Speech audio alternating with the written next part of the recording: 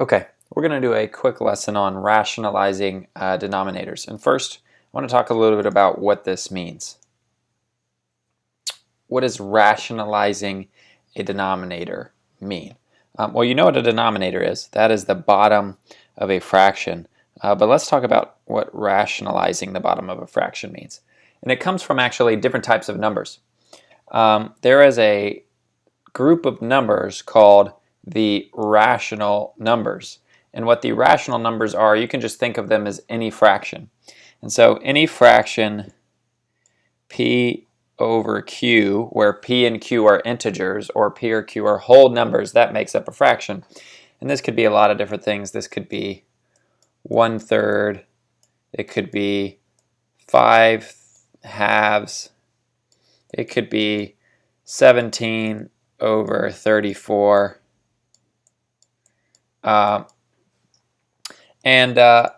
There's lots of different examples of rational numbers, and you could just think of them as fractions. And so when we rationalize a denominator, we're going to take it from some form, which we'll get to in a second, to some rational number, some fraction that has a rational denominator. And so that implies that before you rationalize a denominator, that the denominator is irrational. And irrational numbers are a special group of numbers that essentially are decimal numbers that never end and never repeat. So for example, one irrational number is pi, 3.1415, so on and so forth. That is a decimal number, or that is a number that has a never-ending, never-repeating pattern in its number. Another example of an irrational number is square root of 2. Any number with a square root of 3, square root of 5, so on and so forth, those are all going to be irrational numbers. E is another irrational number, the number E, that's Euler's number, you can look it up if you don't know what that is already. And there's a rule about denominators, and basically the rule goes like this, and we won't get into it too far, but you're not allowed to have an irrational number in the denominator of a fraction. So when we have an irrational number in the denominator of a fraction, we need to do some math to rationalize the denominator, to make the number a non-rational number. And so let's look at this example. Okay, 1 over root 2. You can see root 2 is an irrational number. We can't have an irrational number in the denominator, so we need to do some math to get this to be rational. So what are we going to do? Well, actually it's quite simple. Here's the idea.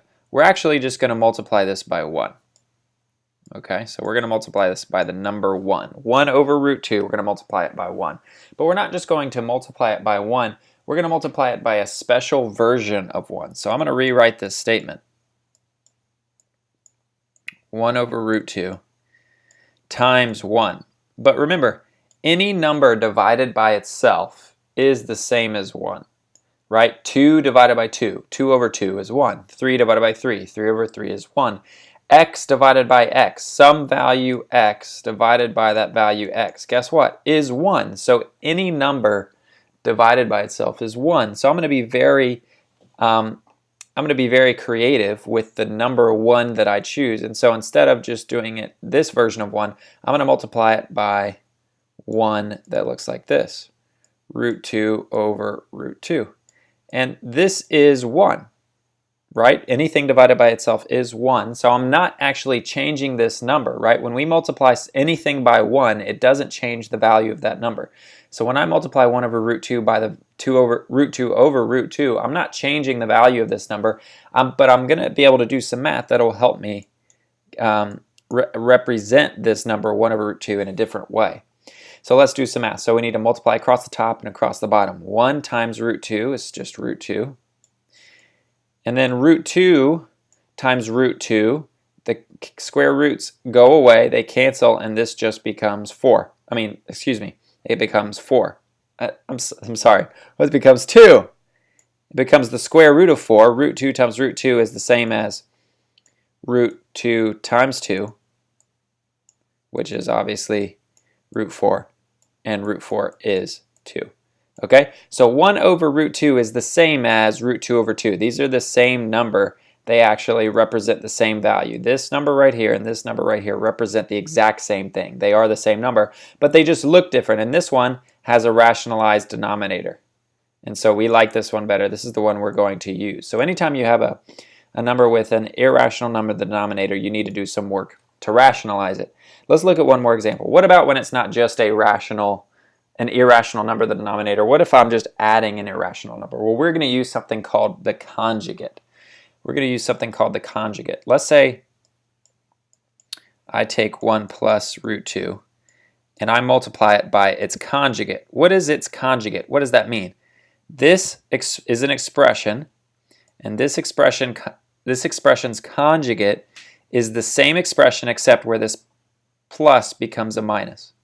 So I'm going to multiply it by 1 minus root 2. And when we do this math, we need to FOIL this, and we'll go into foiling actually in our next session.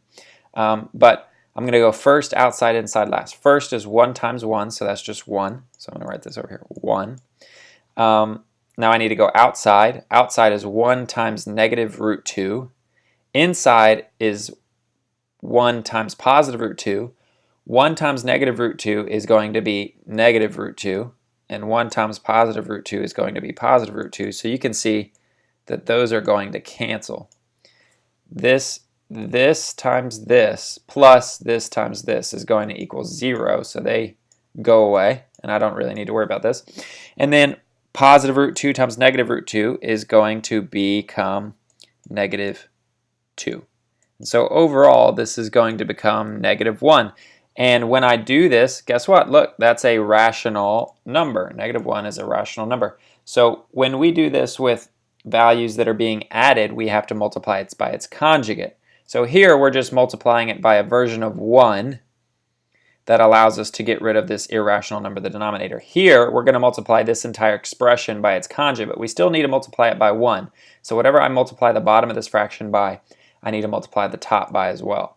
So I'm going to multiply this whole expression by 1 minus root 2 over 1 minus root 2.